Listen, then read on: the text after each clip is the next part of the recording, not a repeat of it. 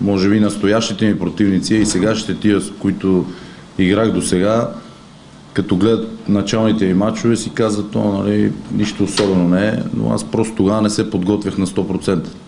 Сега беше така доста добра подготовката и оттам идва и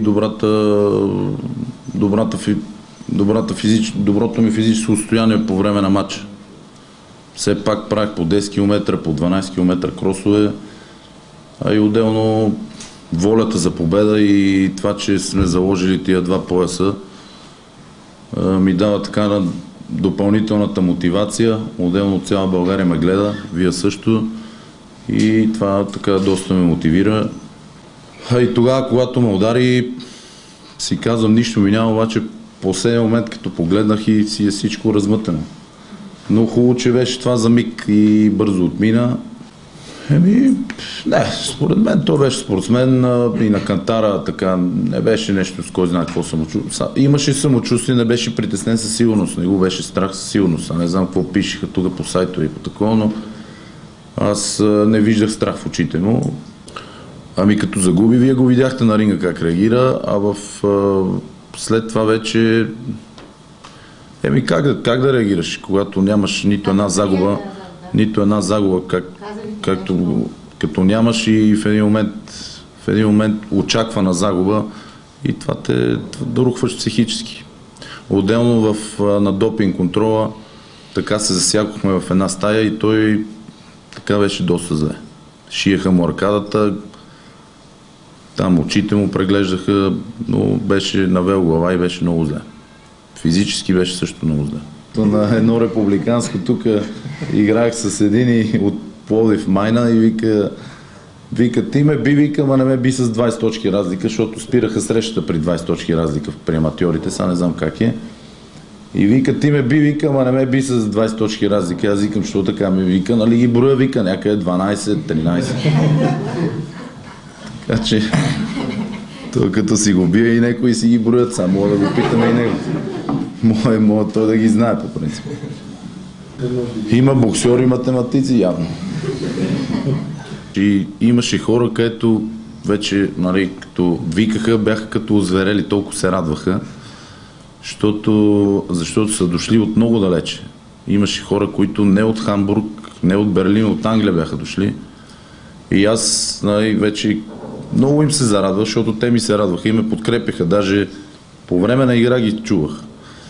И това ми даваше допълнително сили. Но вече като трябваше да се ходи след това на парти и така нататък, аз предпочетох първо да отида така да ги видя все пак. Много се зарадваха, снимахме се. И тогава вече някои ми казаха, идваме от Англия специално за тебе, тук самолет и това и много приятно ми стана. Отделно тогава с Димитренко даже от България се обадиха да му кажат на брат ми във ъгъла, че Димитренко не виждал и той ми оказа това нещо. Значи се получава комуникацията все пак с България. И българите помагат и голям щаб така. И брат ми вика във ъгъла неговия казава на треньора, че не вижда. Вика, давай, готов е. И всъщност периода, който беше споменат от менеджера на Кличко, края на следващата година, устройва ли такъв евентуален супер сблъсък за ти? Аз съм младо момче, мене ме устройва. Мога да го чакам и 4-5 години, не е проблем. Той няма време. Той е 40. Да. Не, и то за малкия може би става. Просто той е на 36. Няма проблем, аз ще го чакам до 40, до 50, колкото каже. Но мисля, че матч с него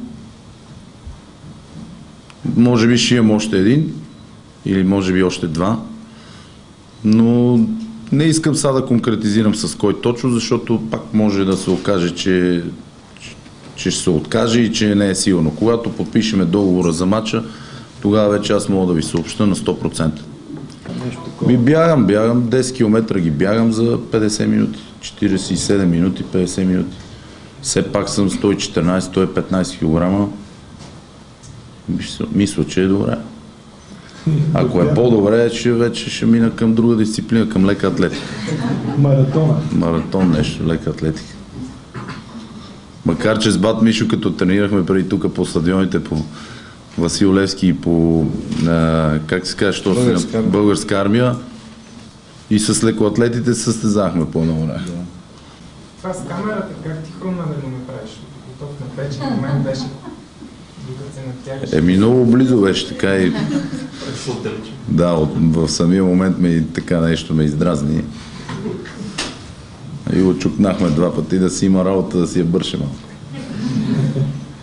Да му създадем работа малко, че беше се успокоил, сега се борим вътре и си такова, той си застанал и си снима. И това ме издразни. Но, е така. Успя ли вече да отразнуваш победата? Не съм успял. Празненството е лесно, аз и много пъти казах, че българите сме царе в това нещо, така че от България по-хубав купон няма никъде. И ще го отпразнувам. Не е проблем. Може би тази седмица. Ако искате, заповядайте всички в петък в Night Flight. Всеки един от вас се покана. Тя и моята приятелка тогава ще пее там. Така че ще стане хубав купон. Аз черпа за победата. Заповядайте. Който пожелае, е добре дошъл. Заповядай. Твоят менеджер Георги каза вчера, че Кличко го е страх, защото ти си възможно най-трудният в момента като поведение на ринга за него. Как ги виждаш ти нещата?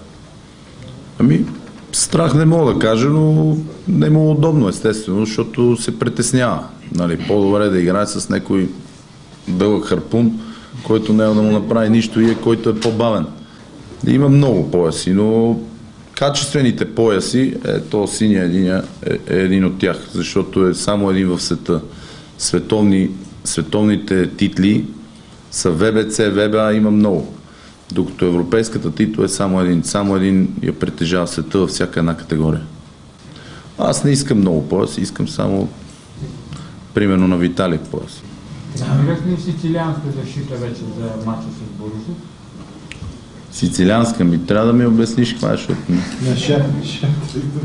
На шах ли? Понеси се тук така по сайтовете, че шахматен матч може би да се състои между тебе и премиера Бойко Борисов, ама не знам дали е вярно. Няма никакъв проблем, аз съм готов.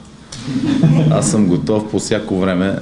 Там в Германия игра с моя адашко брат, игра с него шах и много пъти ме бие, да, това ми е хоби.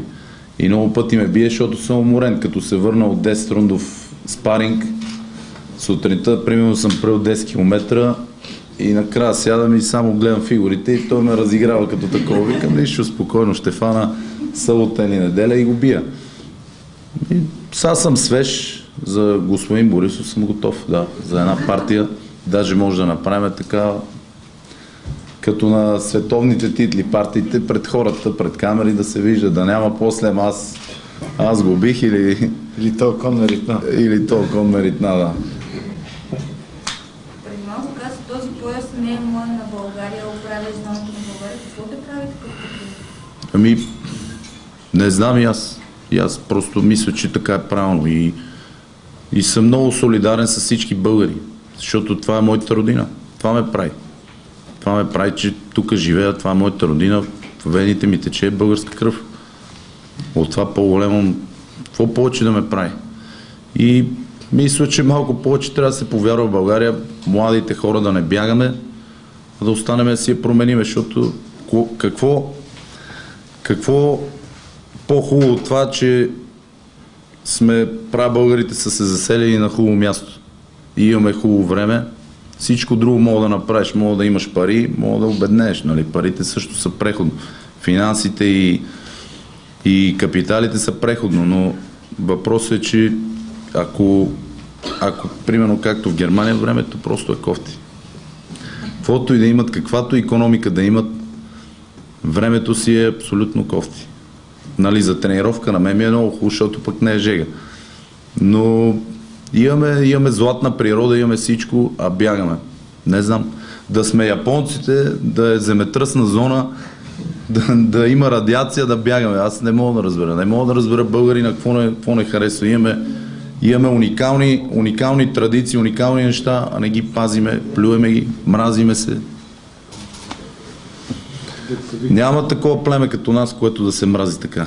Не мога да повярвам. И не виждам защо. Не виждам защо, като всичко ни е хубаво. Всичко ни е хубаво. Като ми беше, брат ти Тервел все пак е гледал тренировки, предполагам твои.